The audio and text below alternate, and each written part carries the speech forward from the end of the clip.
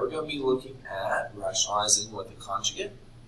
In this particular problem, we have 5 plus 2 root 3 over 4 plus root 3. Our issue is down here with this root 3. We need to go ahead and multiply it and get it into the numerator out of the denominator. We don't want any roots in the denominator.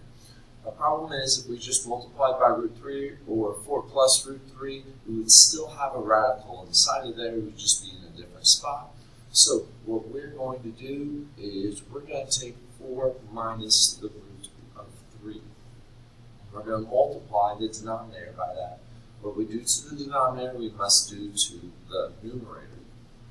Alright, so when I do this, what will happen is I will take 4 times 4, and I will get 16.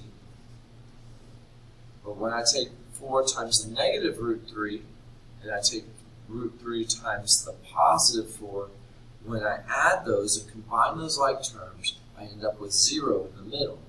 Now I take root 3 times root 3, and one of them is positive, one of them is negative, so I get minus 3. So my denominator is going to end up being 13.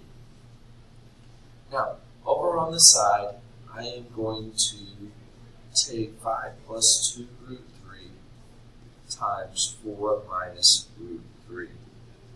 If you like using a Punnett square or a box, that works fine. I'm just going to double distribute. 5 times 4 is 20. 5 times the root negative root 3 is negative 5 root 3.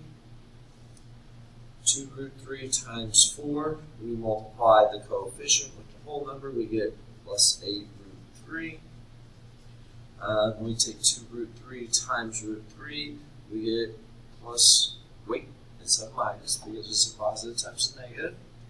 We have minus 2 times 3, which is 6, because root 3 times root 3 is 3. So now we combine our like terms. We get 3 root 3, and we get 14. So 14 plus 3 root 3. Let's take a look here. Is there anything in common in our top expression, in our numerator?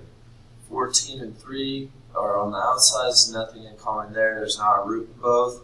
So we have 14, 3 root 3 over 13. There's nothing we can simplify. There is our answer. We are done.